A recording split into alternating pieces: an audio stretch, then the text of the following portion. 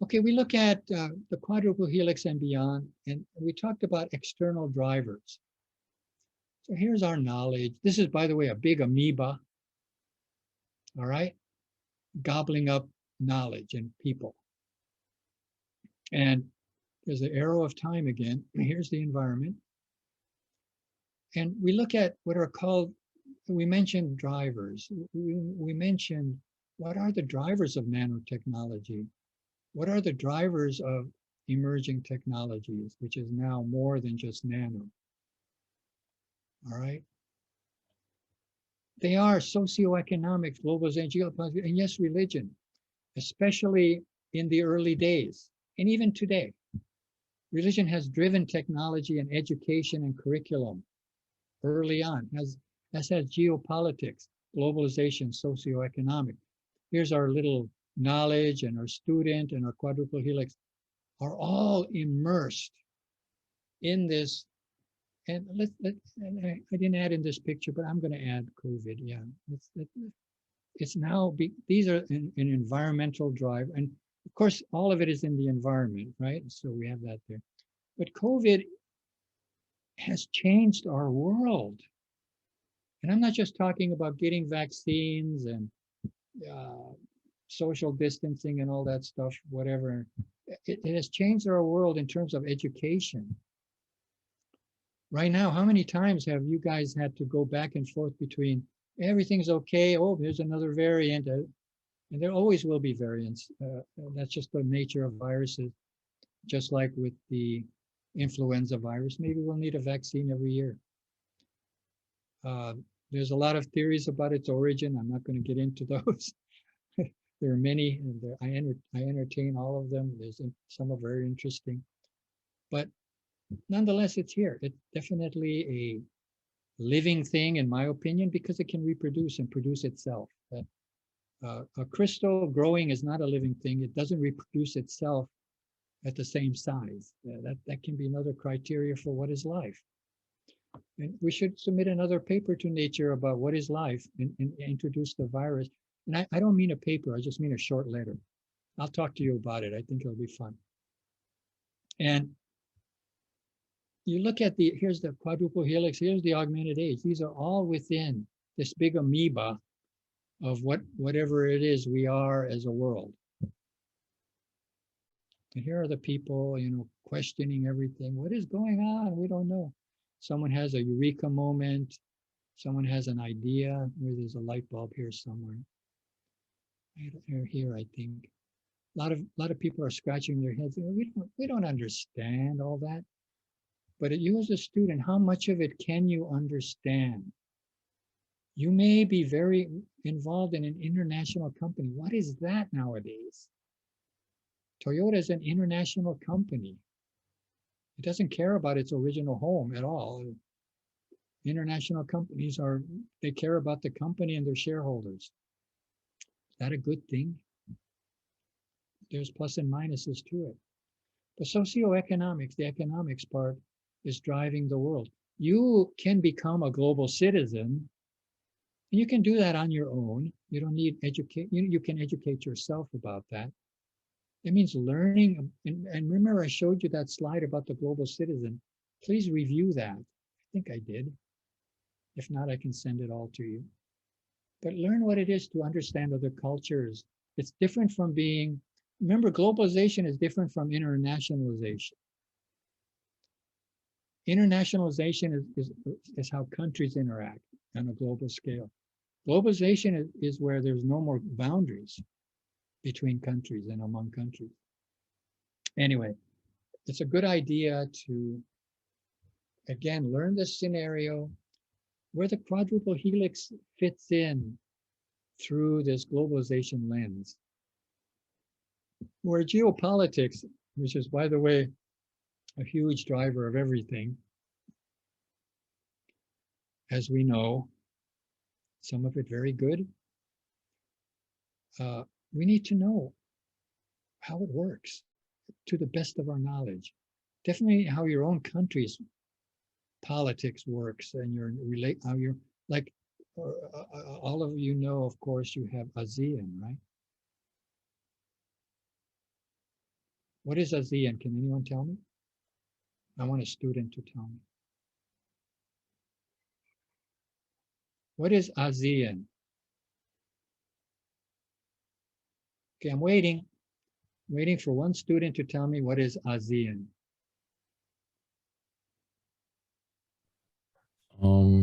So basically in ASEAN is like 10 countries where they bond together to perform or suit specific economic or political purpose to boosting the economy.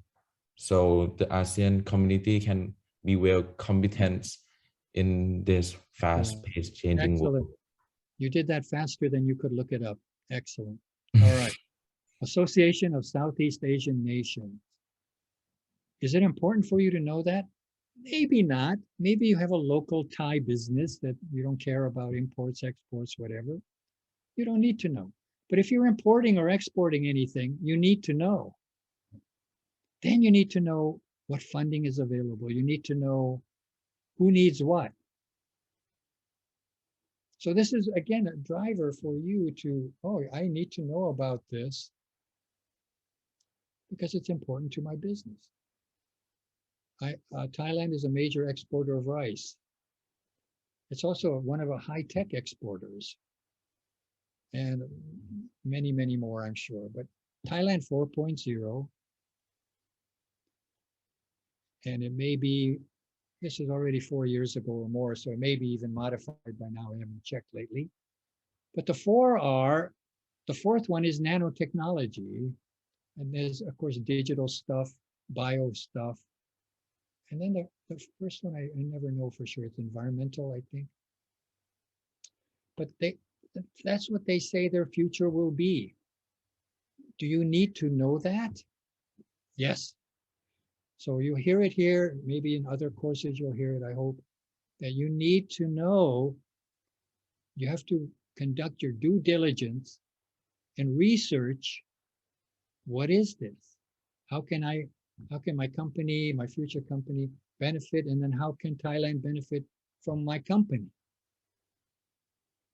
So this is, again, another nice picture. You'll notice I give you a lot of pictures, not a lot of words, but a lot of pictures because I want to use your other side of your brain more.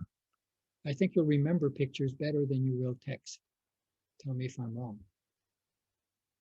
So we have a lot of pictures, and these are going to be all in my book. So please don't share this with people outside of your student body. Our book is coming out soon, but we want to be the first to project the picture. All right, so you see this picture, and it's again a picture of you, the student. That, I mean, you're part of the world. There's no getting out of it. You're part of the environment. There's no getting away from that. This is your knowledge legacy, and you're now in this situation. There's going to be a lot of people asking questions. You're going to have employees. How are you going to navigate through this? The world today is much more complicated than it was 1,000 years ago. They had geopolitics, the Roman Empire, all of that. There was religion everywhere. Globalization actually occurred with Homo erectus and Homo sapiens. Socioeconomics, trade has been around forever. And even then, not everyone benefited. Once we had cities, we had poverty. That's weird. Why is that? Even cities over 10,000 years ago had poverty. Why? There's plenty of wealth to go around to make sure there's no poverty, even today. But this is the world. This is because of our human nature, which is in the cognitive sciences, why we need to know anthropology and psychology. We're going to be building robots that are going to be like us. Are they going to have a brain? Are they going to think they're sentient? I saw an amazing Star Trek once. And I recommend you guys watch Star Trek in particular. It's just, I watched again last night. I watch every night. It's just so creative. They had 2 races of robots. One was gold colored and one was silver colored. And they were identical in physical form and capability, but they were at each other to wipe each other out. One was gold and one was silver colored. That was the only difference. Anyway, the Star Treks are just fabulously fantastic, and you should. Also, some of the Twilight Zones, again, from the 50s and 60s. But anyway, look at science fiction as part of your integrated picture. It's very important. It's also part of art and science, right? Science fiction is art, basically, right? But it's a key to science and technology development. Here's a picture I drew then. This is a projector. Here's our quadruple helix in society and environment. I'm projecting on the screen this amoeba thing. Obviously, it's going to come through here, right? And then you multiply it by 300 countries. How many we have nowadays? Anyone know? I think it's 200 some. And you have the global picture. Now, there's no way in the world we can understand all 300 countries, but you can definitely understand regions. Like our program in India is already working with Africa. You see how a business can be done? We're doing it. I'm hoping that it really takes off. It's right now embryonic, but we have connections in Africa already to build these plancrete homes that have a solar cell, a water cleaning system, a few more things, and it's a good item. So if you're thinking of a business that will do a lot of good for a lot of people, we'll get NGO funding. And you're in business. Okay, it's a simple message, but you have to learn the quadruple helix. And I'm debating where to add the NGO part. It's not exactly public. It's not exactly government. It actually means non-government. So I may think of adding, maybe we'll turn it into a quintuple helix. And that would be more accurate. So we can always add more elements, no problem. So we can have, this is academic stuff, and academics love to write about this stuff. And we can make a case for it, because the NGO is really kind of it's another brick and mortar structure. It's another building. The United Nations is a building. Anyway, think about it. Where does the NGO fit in? But anyway, for your own purpose, you want to make a social business. Well, if you know the countries who need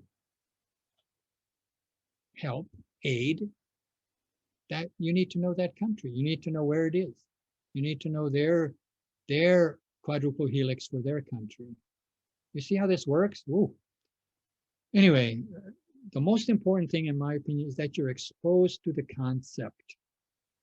Where you go from here is going to be up to you, your initiative. I decided, let's just go through this really quickly. Again, I'm a big fan of history and how things develop. If you can find a better plot than this one, let me know. Just to go through this quickly, I don't want to elaborate too much on it because we have still much more to go. Everything started with the environment, right? Then from the environment, we somehow popped out of it. You have your theories and beliefs, that's fine, no problem. And according to some pundits, that's 70,000 years ago with the development of the first art. From the first art, and again with this cognitive, we developed spirituality. We started explaining things we did not know by another world. We'll call it the spirit world. That evolved into more, and religion is organized spirit world. And religion, of course, kept on going. It is still a major force in this world. But from religion then evolved secularity. Secularity means we can explain things without having to invoke religion. That's fine. Let them have them. And then the next revolution was about the agricultural revolution, I'll call it that. And from that, we developed cities and commerce. There may have been some commerce between, they have their meetings every 3 years, all the clans get together and exchange mates and dates and arrowheads and whatever else at the time. And that was the beginnings of commerce, but real commerce began when we made too much grain, we made too much rice, and we had to sell it to other people. And then from commerce, we developed economics, and then from all of this on higher up on the complexity scale, politics developed into geopolitics. With the scientific revolution 500 years ago, then came globalization. So here we have all of these factors. And of course, all of this can crash starting over. If there is global warming and catastrophic apocalypse, we go back to the environment and maybe start everything over. And actually, a lot of the apocalyptic movies, really, if you watched any of them, they all have a very basic culture and a basic religion and everything. It's like starting over. And then we're back to the environment. All right, maybe completely, who knows? But then we have the augmented technology revolution. I'm calling it that. This is new for us. This is nanotechnology right here. Well, what happens with that? And the scientific revolution, of course, 500 years ago. This is a continuation of that plot. So we have geopolitical impact, environmental human impact, socioeconomic impact. We have the augmented age. All right, augmented technology revolution to the present. And this is what we have. When we look at this chart again, we showed you earlier. Do we have a knowledge society? Do we have personal freedom, the greater good, the global citizen? Please look up. Do we have transhumanism? Do we have socioeconomic equity? Automation? Do we have democracy? Do we have stability? Or do we have disinformation? Do we have surveillance? Do we have modern slavery? Do we have local denizens? Do we have transhumanism? Do we have poverty? Do we have automation? Do we have authoritarianism? Do we have apocalypse? Notice there's pluses and minuses here. Transhumanism can be very much plus. Automation can be very plus, but it also can be minus. So we can be a dystopian or we can be utopian. And utopia will never happen. We know that. But can we have a better world? We need to understand the environment. We have to identify what it is to be human again. We need more social science and humanities. We need more art. We've had too much technology, too much science, maybe in some ways. Huh? We need knowledge. We need really good curriculum. We need to solve the digital divide. Otherwise, not everyone will share. All right. I laid a lot on you this time around, trying to create this integrated picture that goes far beyond maybe what you ever thought about before. And that's what this is about. We took nanotechnology and now we made it, wow, that humanity is at stake. Well, that's a big jump. But think about it, it is. It is because of our industrial society that we're polluting the world. According to some, according to others, it's just spring, not global warming. It's just spring. Well, in my state of Colorado, we've had wildfires in December. That's never happened before. And we have even a fire hazard danger now in February, which is the middle of winter. How can that happen? Oh no, there's something happening and we have to take note. Now, what can nanotechnology do? Wow, we have technology now to take CO2 out of the atmosphere. We have technology now that can basically suck water out of a desert air, kilograms per day. We have technology now that can use quantum computing to solve basically anything coming in the future. Professor Poomjai said quantum chemistry pervades everything. We just can't model it right now, but maybe we will. Well, if we can do that, we'll understand what the universe is about. Is that a good thing that we know that? Oh my gosh. There was a list of things I didn't show. Everyone is talking about transhumanism, blah, blah, blah. But there's a list of things, of new developments that have occurred that are that have nothing to do maybe with nano or other things that are amazing. Like, for example, creating life in a test tube. Is that going to happen? I don't know. Landing, living on Mars. Well, that's going to happen probably within the next 30 years or so.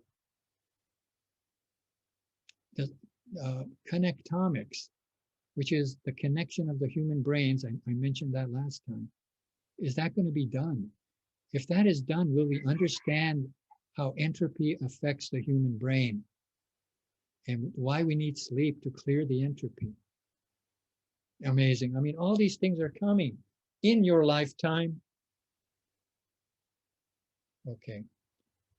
I don't want to sound like a preacher. I know I am.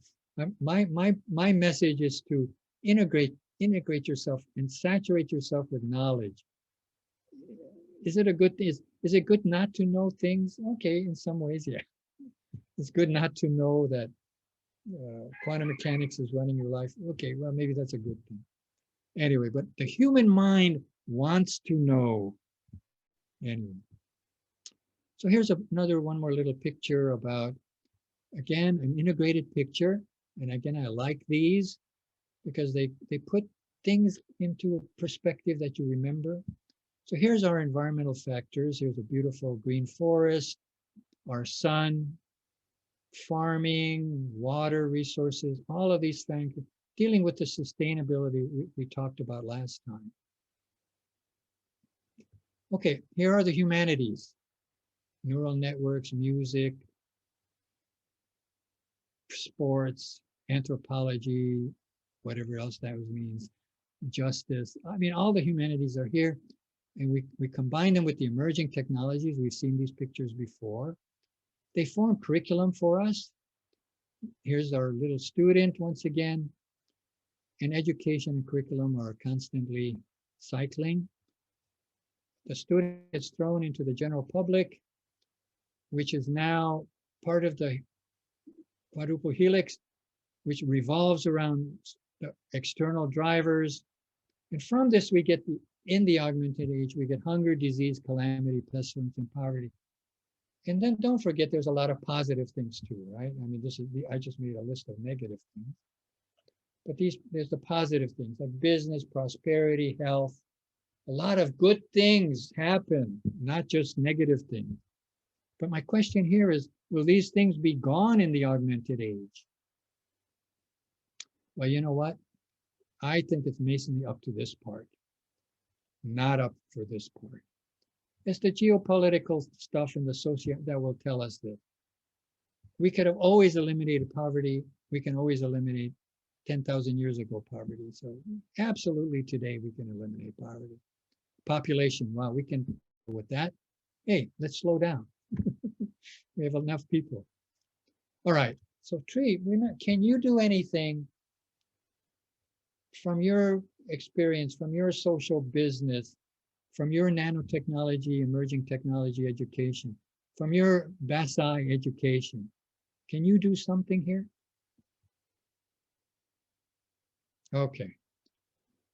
Another external driver is the COVID vortex. I drew this picture, and from the point of view of curriculum, which is one way we can look at things, which is a way that absolutely impacts you.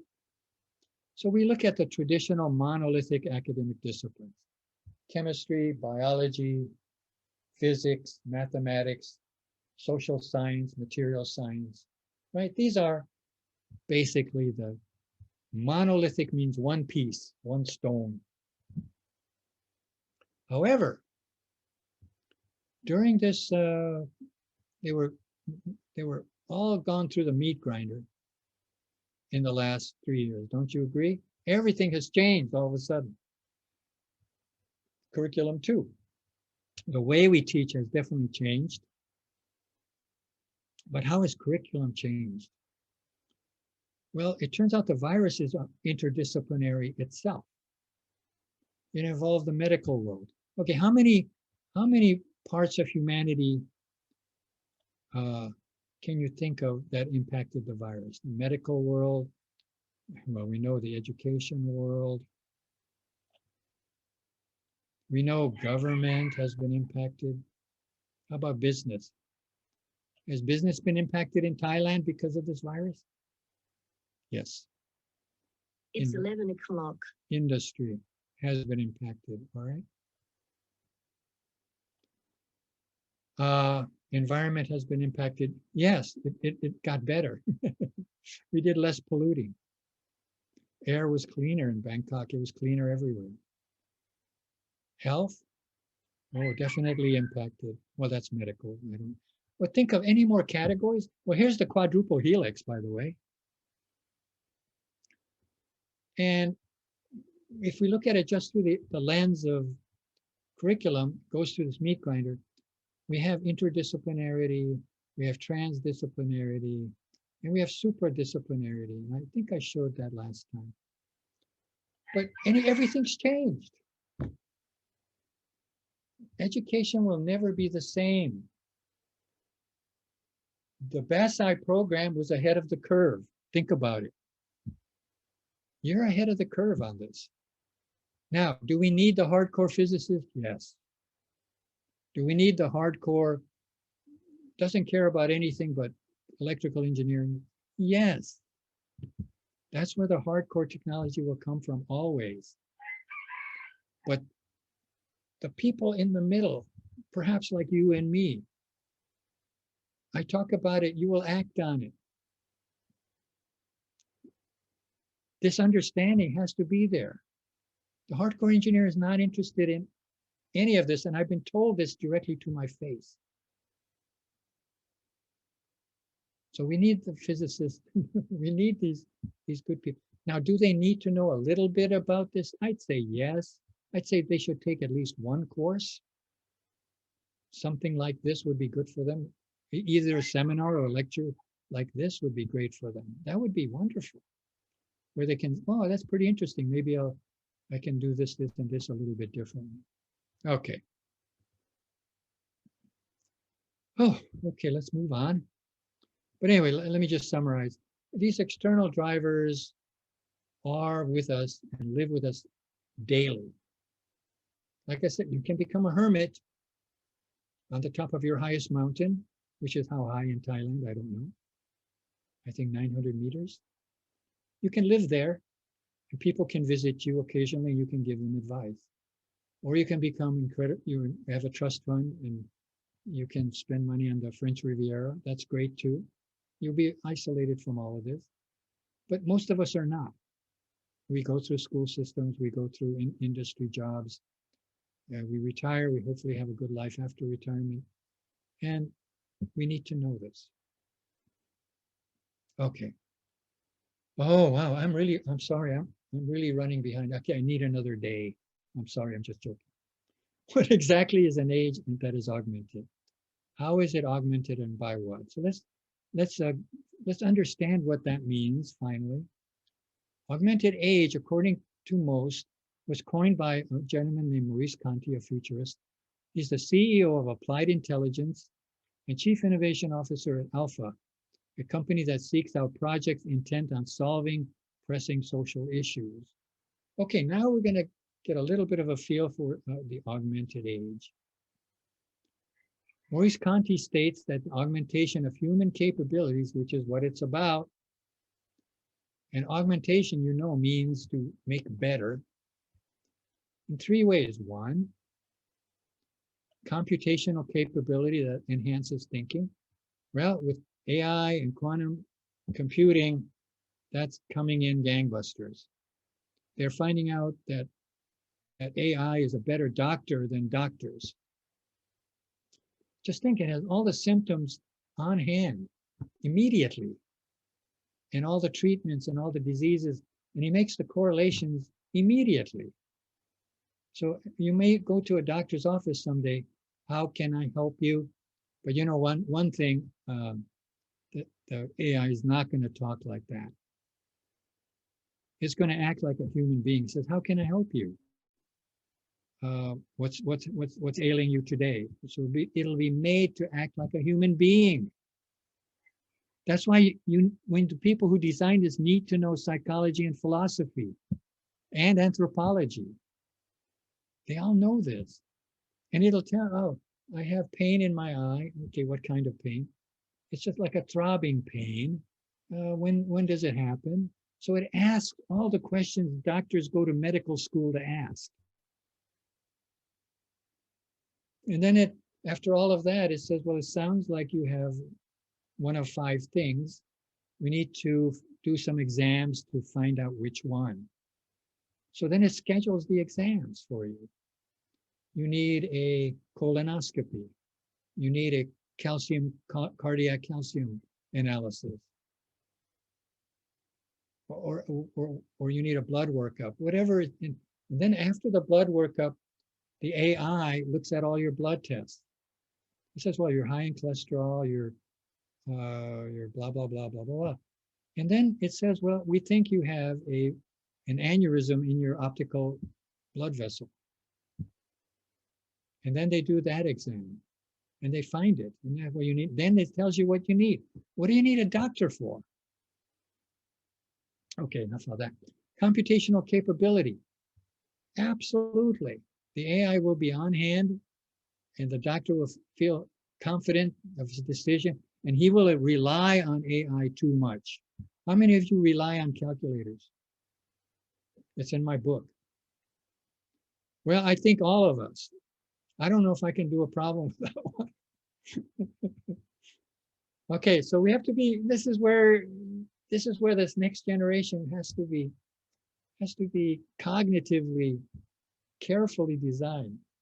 Okay, number 2, robotic systems that make more and more complex things, the physical aspect. We have that already in factories. What are the negativities of automation? Is unemployment is the biggest one. What are we going to do with all these unemployed people? What does industry want? Industry hates people. Why? Because they're problems. Industry loves robots because all you have to do is repair them. Robots will never go on strike. Robots will never want more money. Robots will never call in sick. Industry loves robots, and it's coming to agriculture in a big way. Thailand is a big agricultural country. We have to think about what we're going to do about that. If you want to be a consultant in that, that would be a great thing for your future. Okay, number 3, this is maybe the most intriguing one. Digital neural networks linked to us that take humans beyond what natural systems are capable of doing. Oh boy. If we can do that for us, we can do it for a robot. Anyway, you get the picture. These are the 3 factors of the augmented age. Now, I mentioned other factors that are happening. There's 100 of them. I didn't list them all. There's a lot of incredible, the quantum computer, for example, has nothing to do with, this human part per se, unless it helps human brains.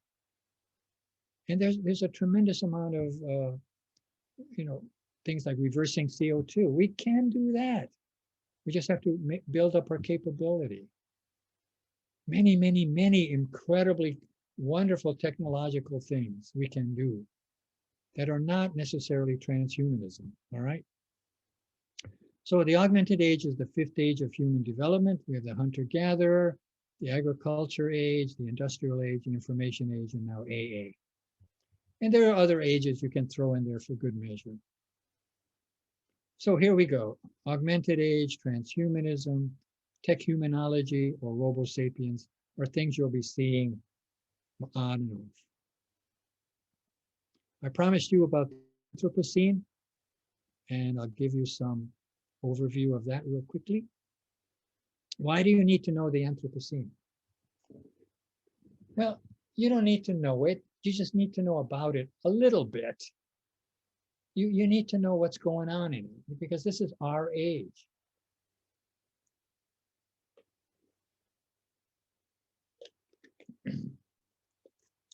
So according to scientists, this is all generated by science. What age was here before? What era? Well, it was the Mesozoic. And that was the age of the reptiles, right? The dinosaurs were one of the reptiles.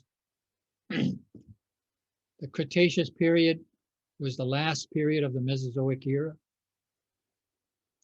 And we had the big asteroid or comet, was it a big asteroid? And there was the Cretaceous Paleogene boundary, Neogene boundary, right here, 65 million years ago. For some reason, all the dinosaurs went extinct, except for the non-avian dinosaurs. Pardon me, the non-avian dinosaurs all went extinct, but only the avian dinosaurs survived in the form of chickens.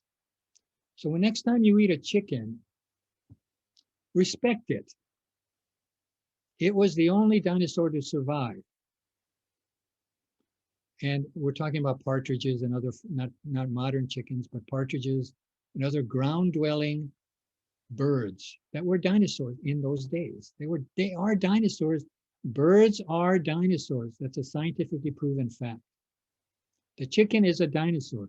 I know because I have 10 of them at home here. Did you hear that? That was one of them right now. Okay, so here we have the Paleocene, 65 million years ago, the Eocene, the Oligocene, the Miocene, when the great apes came into being, the Pliocene, the Pleistocene, a lot of ice ages. Homo, the genus Homo came up around 2.6 million years ago with Australopithecus, and then the genus Homo, and all kinds of other hominins that they call them. Then Homo erectus, Homo neanderthalis, and all that came along here too. And then Holocene arrived 12,000 years ago at the end of the ice ages, the big ones. And it was the age of agriculture, but that didn't last more than 12,000 years because now we have the Anthropocene. And the Anthropocene is the point at which a bunch of scientists came together and decided that human beings can now change the environment or change their atmosphere, change their geology, actually. And that happened starting in 1945 with World War II, the end of World War II. Right now, there are radioactive material all around the world. And that's a geological marker that can identify that period, that epoch. It's called epoch. All right. Now, there's also, I think, another one, and that's plastic. I think we can find plastic all over the world right now. Now, whether that lasts geologically or not, it remains to be to the scientists a million years from now. But Anthropocene is about a great change where humans are now making a substantial impact on the atmosphere, the environment, and all that. And that's with radiation, with chemical pollutants, and global warming, right? So do you need to know more than that? No, not really. You need to understand that we live in the Anthropocene, but every epoch has its ages, right? We had the Copper Age, the Bronze Age, the Iron Age, the Industrial, and then we had our revolutions, right? The revolutions here and there. But let's call it this. Here's the Anthropocene. We had the Nuclear Age, which basically ended in 1990, although we still live in it. And we call that, there's a kind of human being called Homo precipitomensis. I came up with that name. It just means the reckless human. And I think we were all pretty reckless in those days. And then finally, sanity prevailed, and we got nuclear treaties. And I lived through that age, so I remember. But then, so we have Homo sapiens going in, Homo reckless humans coming out of it. But then we have the digital information age, which started in 1980 and will end very shortly. We're going away from digital very shortly with quantum computing. You engineers know exactly what that means. It's no longer going to be digital. All right, it's going to be superpositions, which is they can explain to you. So we call ourselves hobo digitalenses. That's my name for us in this age. Now in the augmented age, which is going to be 2020 on, we're going to change again into Robo sapiens. and whatever that brings us, science fiction has already told us. So get ready. How are we going to get ready? Yeah, nanotechnology is a major player, good and bad. Everything you make in nano could go into a Robo sapien. Artificial skin, structures inside, artificial blah, blah. Oh my God, I don't even want to get into it. So nanotechnology, Anthropocene, what do you need to know? No more than this. If you remember these ages, that would be fun at a cocktail party. These are not official. The Anthropocene is 99% official. It just has to be, I think, approved by one more group. Now here is what I take is my Thai remedy, cough syrup, the best one ever.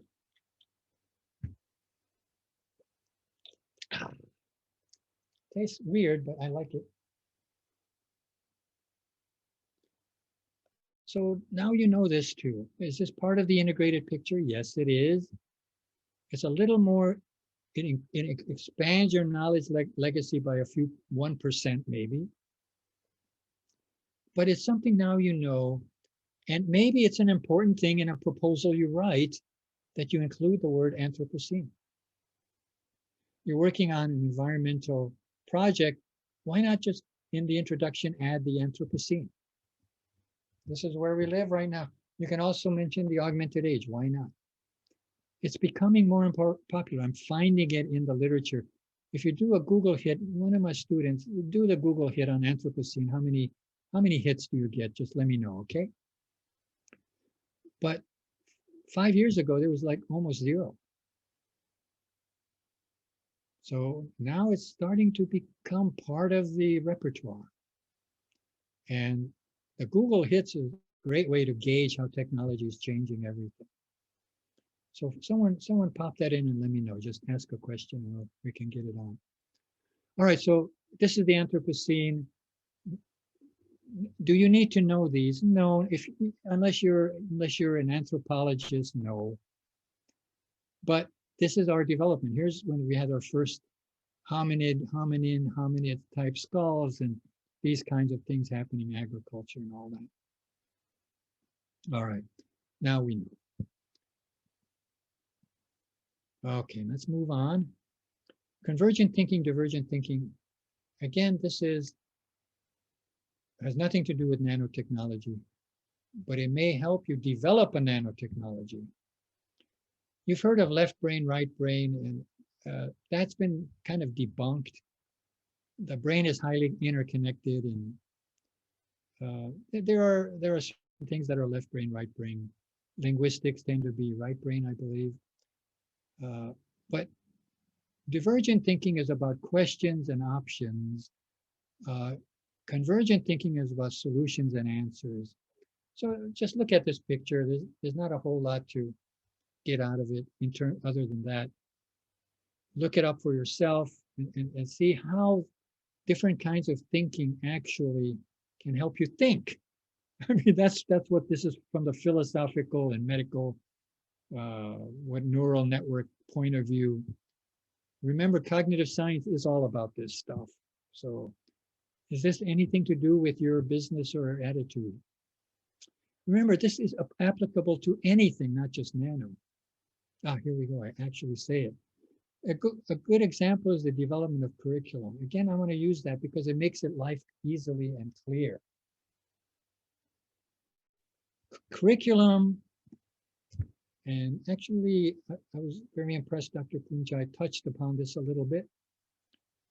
But A long time ago, I wrote an essay called The Integration of Everything. And if you look at it in just a linear way or a two-dimensional way, which is one way we can look at it, you can also look at it from a three-dimensional way, and which is actually more accurate, or a four-dimensional way through time, which is even more accurate. But if you look at it this way, you can say, let's say we start with mathematics.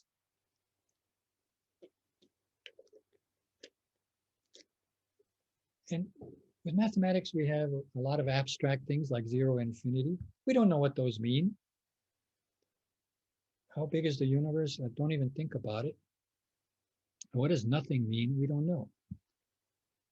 But mathematics is very exact in many ways. It can define things exactly in many ways, or very close to exactly. And this is where physics comes in, because it uses mathematics to define its physical properties. I think it was J.J. Thomson, one of the great scientists, said, without measurement, you have nothing. We can't measure things. We don't know anything.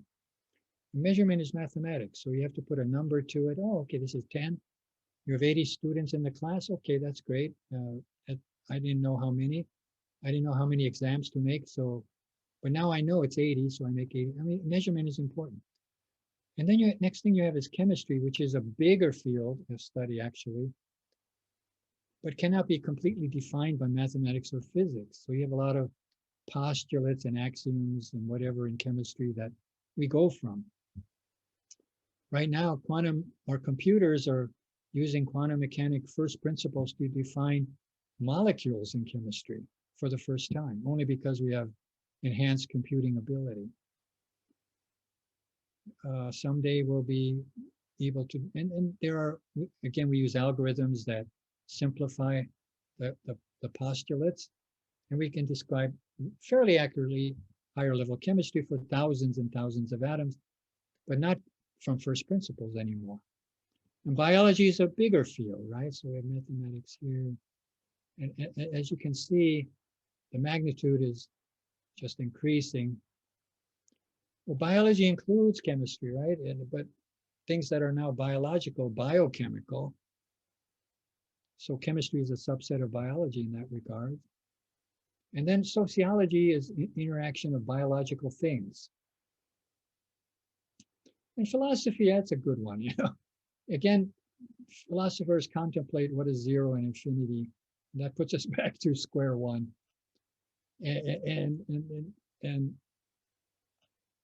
how do we integrate everything? Okay, in 2 dimensions, I did it this way. Okay, you look at chemistry, physics, and biology. You look at the monolithic things, right? And we see that there are many kinds of chemistry. So in other words, chemistry diverges. So we have divergence and emergence. I thought I had that slide here. Oh. So this is convergence, divergence cycle. And this happens and we're going to show the example of curriculum.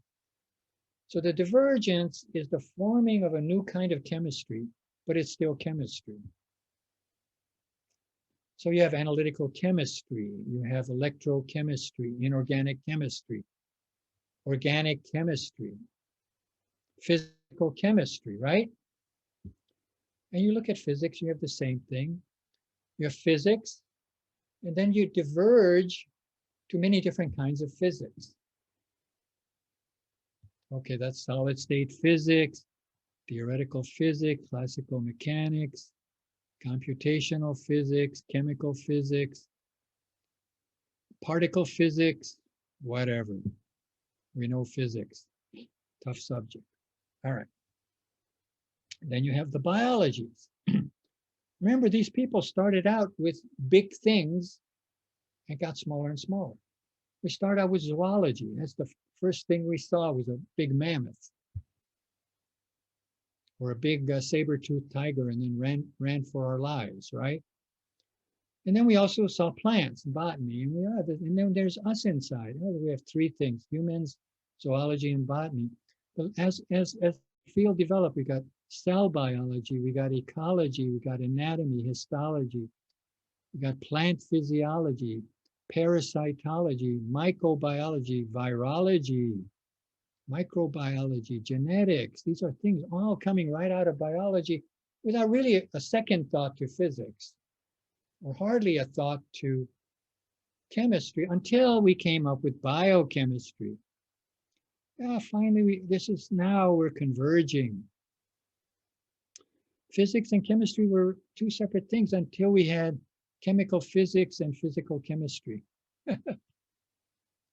So all of these things, all of a sudden, we're starting to converge. And even now we have biophysics. Where did I put that?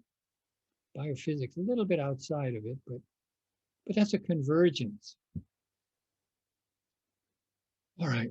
Now, one more thing this way. Then from humanities and social sciences did not come out of chemistry, did not come out of physics, it came out of biology. Come on.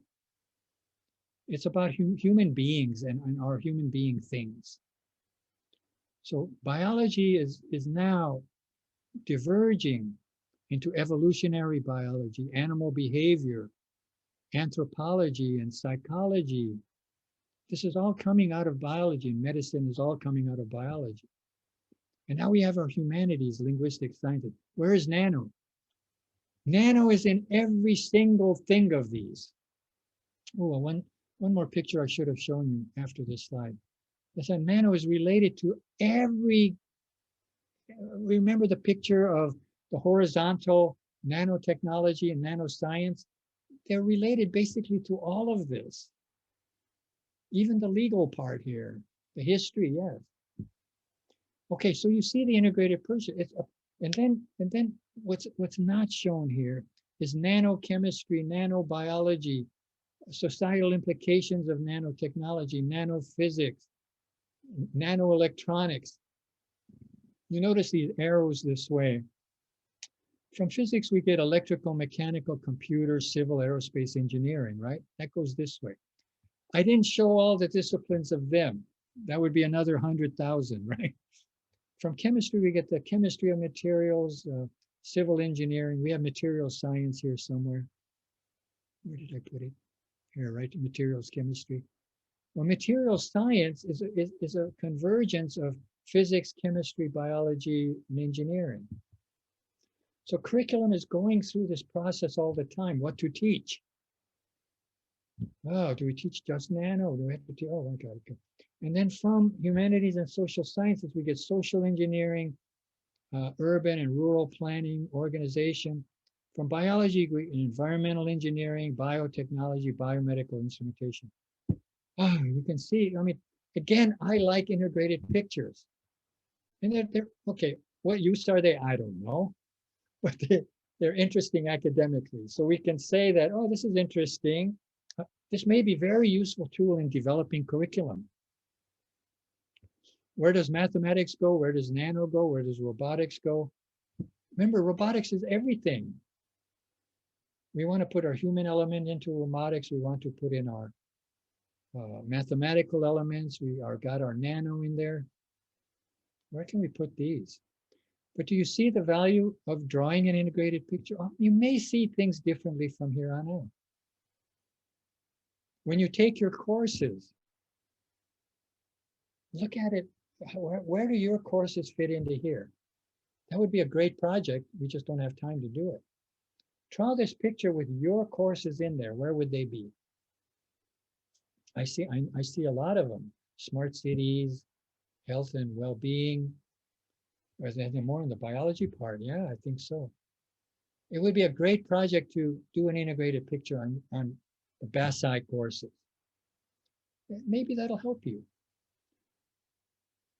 Okay, so this is interesting. So we have a little stone here called the nanolith, and it's going to shatter all the monolithic ways we used to teach. Now, we're still going to teach pure chemistry, but there'll be maybe a nano part to it.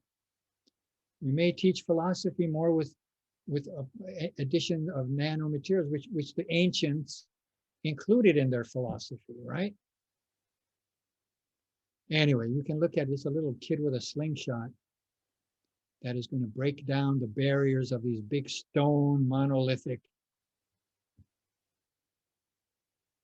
academic disciplines. That's happened already, by the way. It's not, they still teach you hardcore chemistry and physics. That's necessary and it always will be. Okay. Whew. I'm going to put this slide in because I wanted to.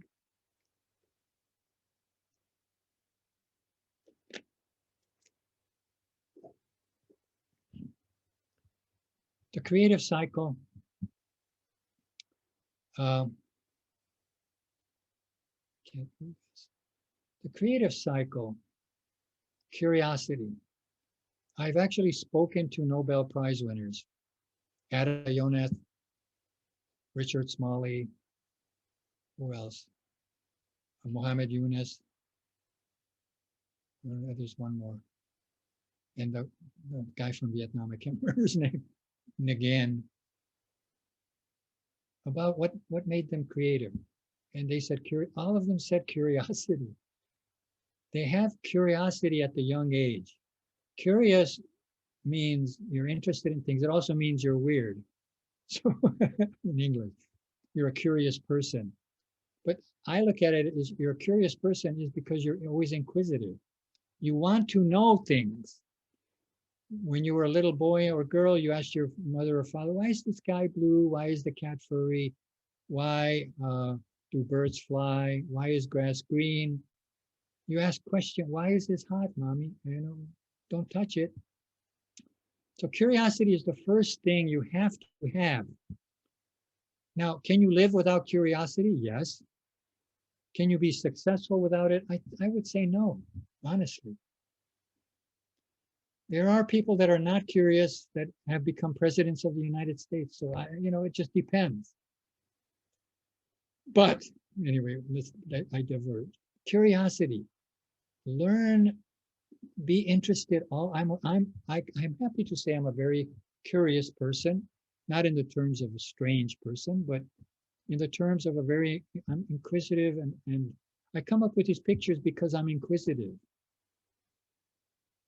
Okay, next one is creativity. Oh, it's something you're born with, maybe. I know that, for example, in chess, I'm a good chess player, maybe expert level, but I'm not a master. And definitely not a grandmaster. There's something about very creative people that they see things in terms of pictures that I don't always do. They can look at a chessboard and then see patterns in pictures without having to analytically go through it. Anyway, creativity, yeah, everyone has creativity to some degree. And it depends on your genetics in some ways. Other ways, it depends on your environment. It depends on what class you take, as opposed, like this class will add 1% more to your creativity. Okay, that's good. Maybe 2%, maybe 5%. But creativity is a good thing because from there, that's where your ideas come from. If your brain is highly integrated and is able to process information, and then the next one is correlation.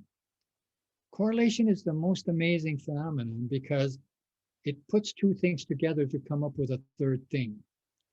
The best example of that is a joke. What is a joke? It's always a correlation if you think about it. It's about a phenomenon and putting together a little boy. The next thing you know, the little boy sees something that turns into a funny thing. And that's what jokes are. They're correlation. The best joke writers can make the best correlation. The best jokes are about marriage, actually, honestly. And I can say some here, but I'll say them over coffee sometime with Professor Punjai. But they're funny because you know they're true. Like, don't ever argue with your wife because, well, anyway, we'll get into that. We'll get into those things later. So correlation is important because you can put things together from biology and physics and come up with something in chemistry. Especially in business, people can correlate because they can define a need with a technology.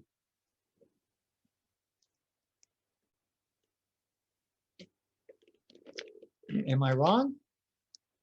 In your business plan, the first question is, why is this needed? Well, you defined a need and you hooked it up with the technology you have, or you searched for a need, however you got it. So curiosity, creativity, and correlation. The fourth one is collaboration. Wow, yes, of course. Nowadays, you know, maybe you can do things on your own. Apple was started by 2 people. Maybe it takes more to start your business. Maybe you already have a business. You want to just do a nano enhancement of it, whatever. But collaboration oftentimes turns out to be a great idea. Usually a collaboration between a scientist and a business person, turns out to be a good deal. A scientist thinks he's the smartest person in the world, when in actually, maybe mostly, and not for everybody, they turn out to be maybe the worst business people in the world. A business person not necessarily is a scientist, but is very good at business. So these two come together and they can form something that is realistic, yet maybe brilliant. So find your partner, choose them. I would not choose your friends.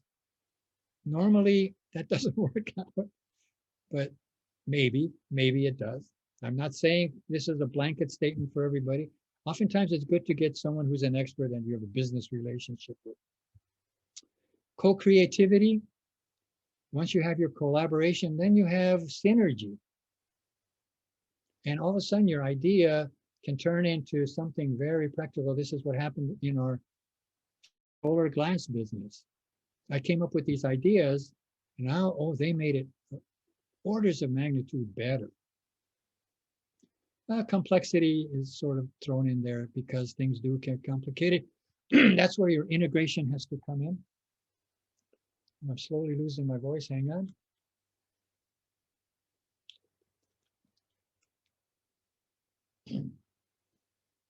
Criticality is where it goes through its final design. It's going to work or not. It's going to make money or not. Completion, communication, and community speak for themselves. Communication is you have to market your idea. And then the community, your need started from your community. So again, I'm showing you another cycle. But this creative cycle is part of your community. Here on the left side, I have the picture. I have the tiles in baby blocks, because that's really where all of this begins for us. But notice here I have an abacus. How many of you know how to use an abacus? In my book, I recommend that they teach students how to use abacuses, because it'll give you a totally creative view of mathematics. It may be way easier than you ever thought. But look, I'll send you a copy of my book, but look into the why use the abacus in your creation of okay, moving right along. I had to throw this in because I feel I heard it from Nobel Prize winners, so for God's sake, you can hear it from me indirectly. And this is their path to, they've accomplished. Bill Gates and whoever these guys were with Mac, Steve Jobs, yeah, right. They went through this process of business and creativity and everything. Apparently, who was Jobs' partner? I can't recall. He knew all the science and technology, but Jobs knew the business part. Correct? Is Jobs Apple? Yeah, I think so. Okay, shows you how much I know. Okay, this is interesting. So let's put this in your creative sphere and have it expand by 1%. Okay, are you nano ready? Okay, believe me, there's more. Get ready. And I don't mean by becoming a Ph.D. level understanding nanotechnology. No, I mean that you understand its potential. You fundamentally understand what it is. And then that you can apply that to something that you are willing to do in the future. Or we may suffer the same fate as good old T-Rex here. A lot of technologies have been put extinct by a nano. So don't be one of them. Be one of the competitive ones. Now look at that legacy. Wow, I mean, that's still impressive from nature, huh? Okay, now we're running. I don't know if I'll have enough time. I want to make a pitch for art and science. We'll go through this a little quickly. Study the science of art, study the art of science. Realize that everything connects to everything else. Who said this? None other than Leonardo da Vinci. This is the core of Basai, I think. We're actually, the job is to bring out bits and pieces of this so you can connect it. Will this help you? Yeah. Art is born in the observation and investigation of nature. That's from Cicero. Art and science are branches of the same tree, Einstein. Art is I, science is we, Bernard. Art is the beautiful way of doing things. Science is the effective way of doing things. Business is the economic way of doing things. That's Hubbard, famous economics. Chess is a unique nexus, a place where art and science come together in the human mind and improve by experience. Garry Kasparov, world champion. By the way, no world champion can beat the best computer now. Bad news for humans. Kasparov has played Stockfish, which is, by the way, it's free. The people who invented Stockfish are not making millions of dollars, all right? Stockfish is free, but there are companies that can use Stockfish, like chess.com, chessbase.com, that are making millions of dollars. But Stockfish is doing an incredible service to chess in the world. It has millions of people are using it. But Kasparov cannot beat it. Nobody, Magnus Carlsen cannot beat the computer. It's a current world champion. And it's not going to get any easier for them. Now, I play the computer every single day. And it makes me a better player, but I'm not as good as it is. It's a good, by the way, playing chess is good for the brain. Okay, during human progress, every science is evolved out of its corresponding art. This is Spencer. Every science should become art, and every art should become science, Schlegel. Geometry is nothing at all if not a branch of art, Coolidge. Industry is best at the intersection of science and art. So I don't need to say more. There is a resurgence of art in science, not just scientific art, that's beautiful in itself, but where art contributes to science. And I'll come to that. So nanotechnology and art, very pretty pictures. You can see these are all nanostructures of some sort. Again, more carbon nanotubes here, something in between cell structure here, I think. This is art, not real pictures, by the way. Picture of graphene, cell membrane. And by the way, we had students in your class of 2020 give art. Nano motor, nano broccoli, a nanovirus, a nanobot. You can see. Wow, look at that. This is actual real art of stained glass in India. And you can see the beautiful colors, all due to nanotechnology, all related to heaven. It's just an unnatural experience, it seems. Go to nanoart.org. There are actually contests, people, you can win money if you come up with the best nano art. Friends of mine have recommended to have actually won a few thousand baht or more. Oh, look, there's the Playboy bunny at the nanoscale. You can see. Now, biotech art, also same. It's also nano art in many ways. This to me is real art where it takes the image of a butterfly and puts some nano stuff inside. This is a picture of an enzyme, actually, that's made by an artist. You can see the 6-star hexagonal structure in the middle. But this is an enzyme here, too, surrounding DNA. DNA art is the coolest art. This is real art, I think, where you have the roots, then you have the trunk of the tree, and then the tree itself, and the trunk is the DNA. How beautiful is that? Here's another one where all these little things are coming together to form this person. Here's another one with wings, of course. Oh, unbelievably impressive stuff coming from the human mind. Professor Hanya, Yeah. I kind of thought of something. This idea of symmetry, I think, is part of mathematics and art and philosophy and science.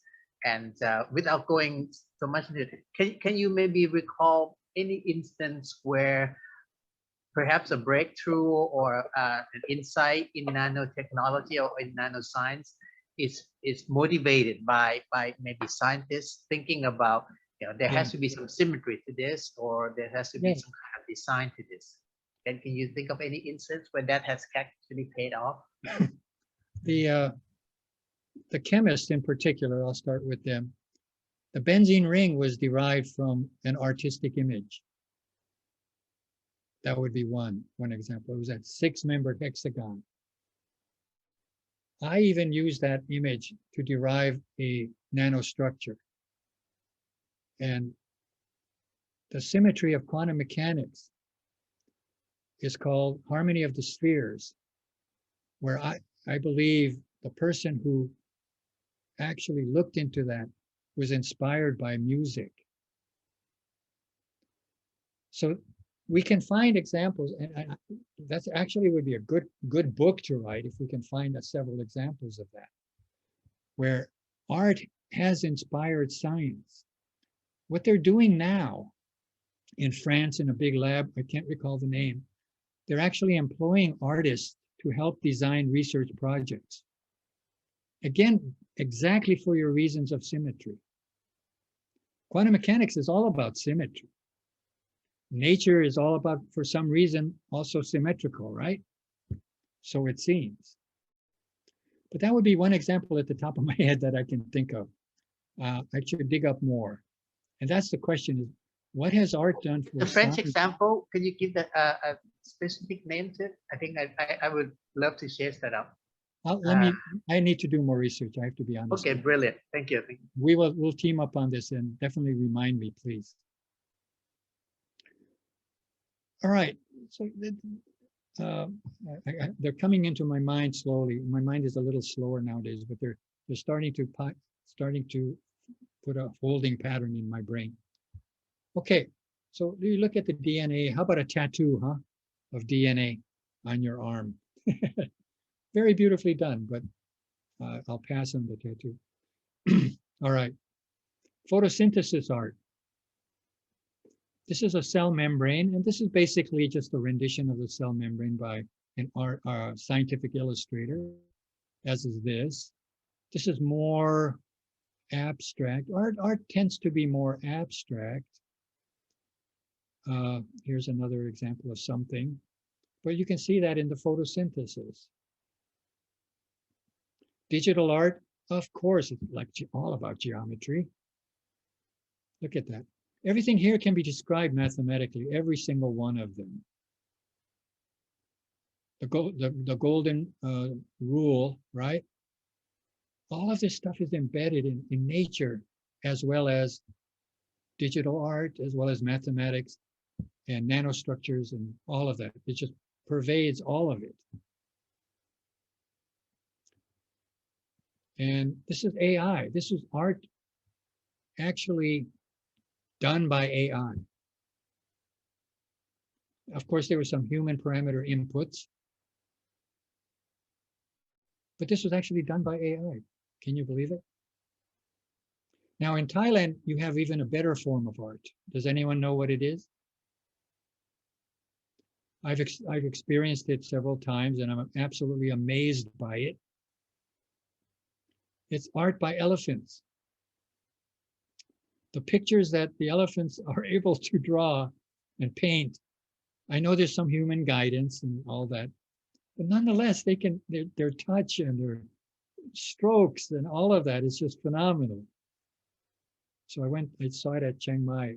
The elephants, many elephants drawing these beautiful pictures. What kind of art is that? It's still not just about human input, it's about the elephant. The elephant has a magnificent brain.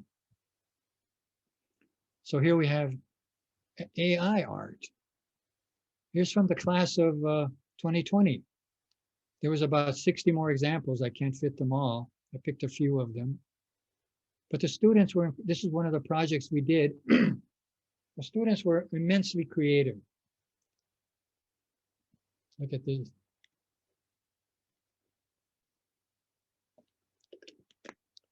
Their assignment was to use some kind of AI and make it art.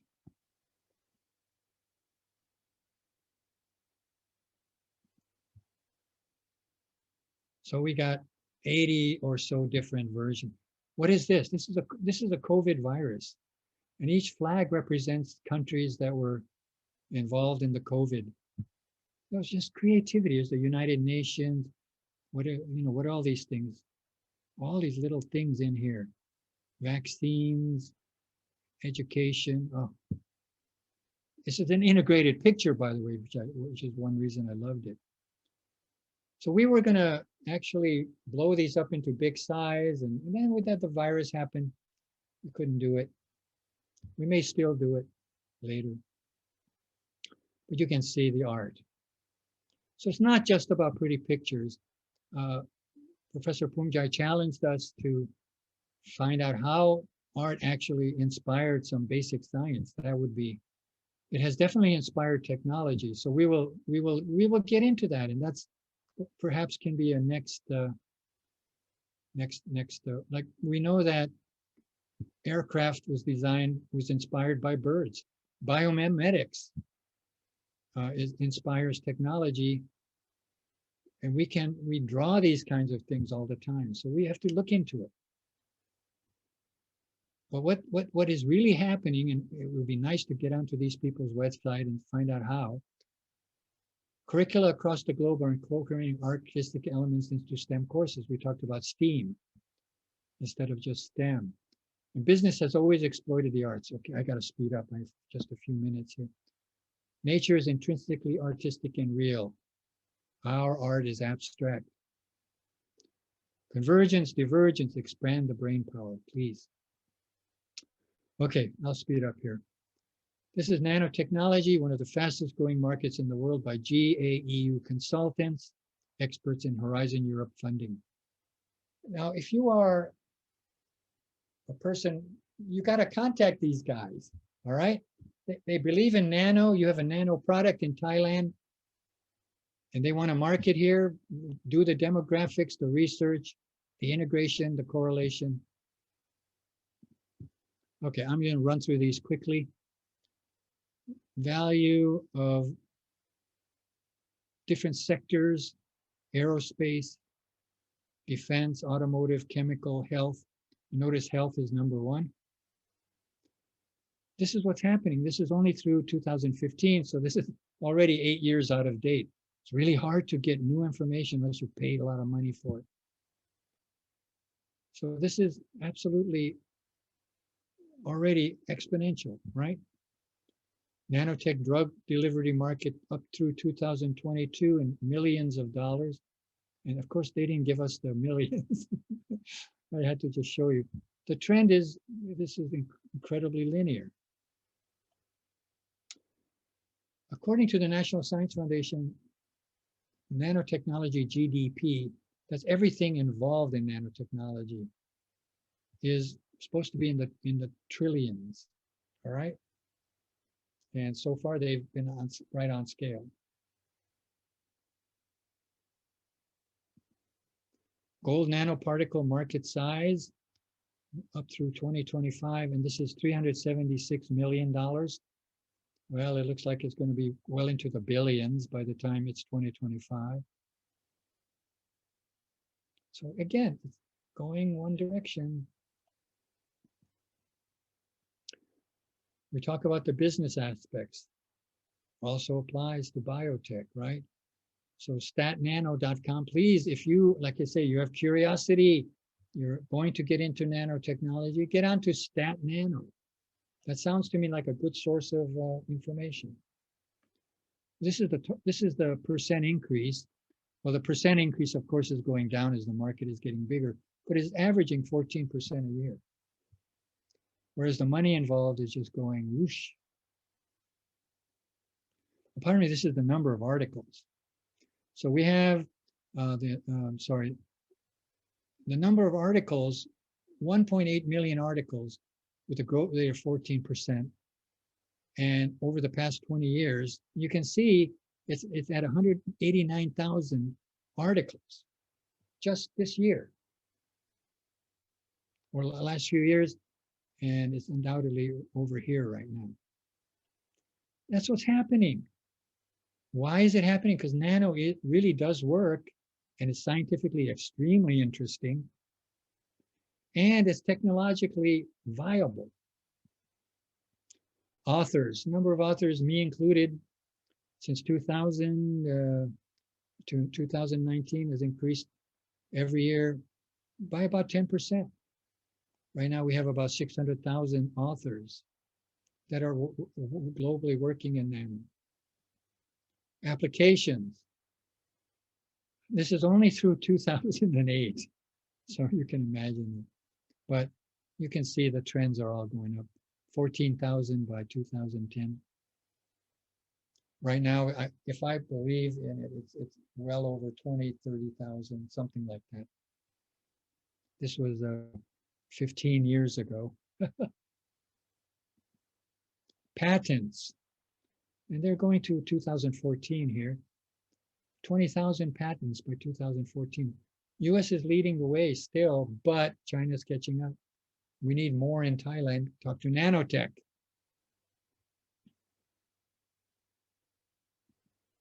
Global market value. The market value is different from the GDP. It's supposedly 75 billion. That's the, again, I don't know what that means. I don't know what GDP means. I know it's gross domestic product, but the GDP is much larger value. But the thing to look at is the trend, right? Since 2010. How to start your own nano business? The first thing is don't ask me. All right. One needs to understand how to start a business. I am not a business, but I have one bit of advice. Learn everything you can about the quadruple helix and network to the max. Now we have business models. Do I have a few minutes to show one or two? Okay, we have business models from previous classes, and let me show you some of those.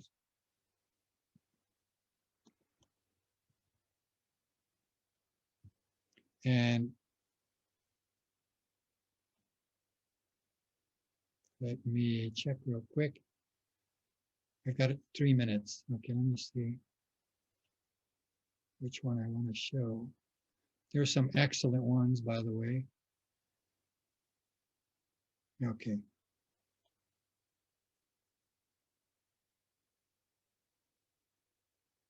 Oh, this is preview.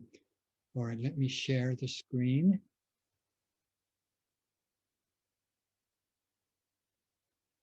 Okay, can everyone see it? Can you see? Yes. Okay. ProDust. So this is one of the students of 2020. I'm sure you know all of them.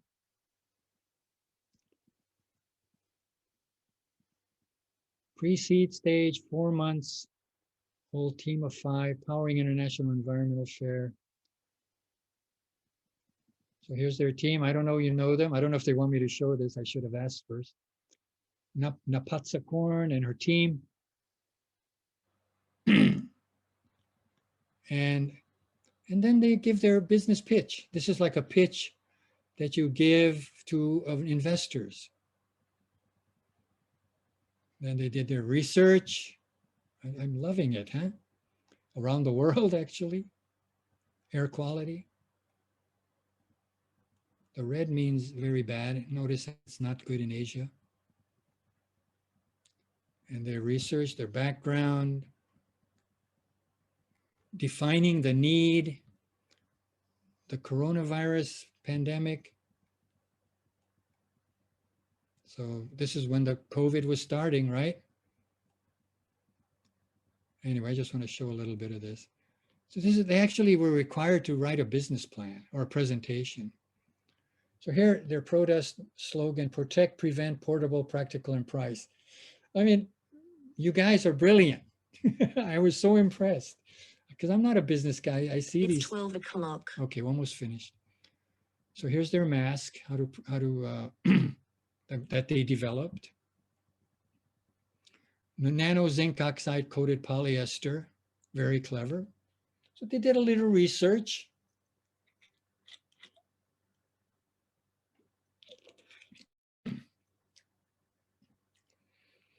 And there's the nano stuff. They decided to go with nanometer.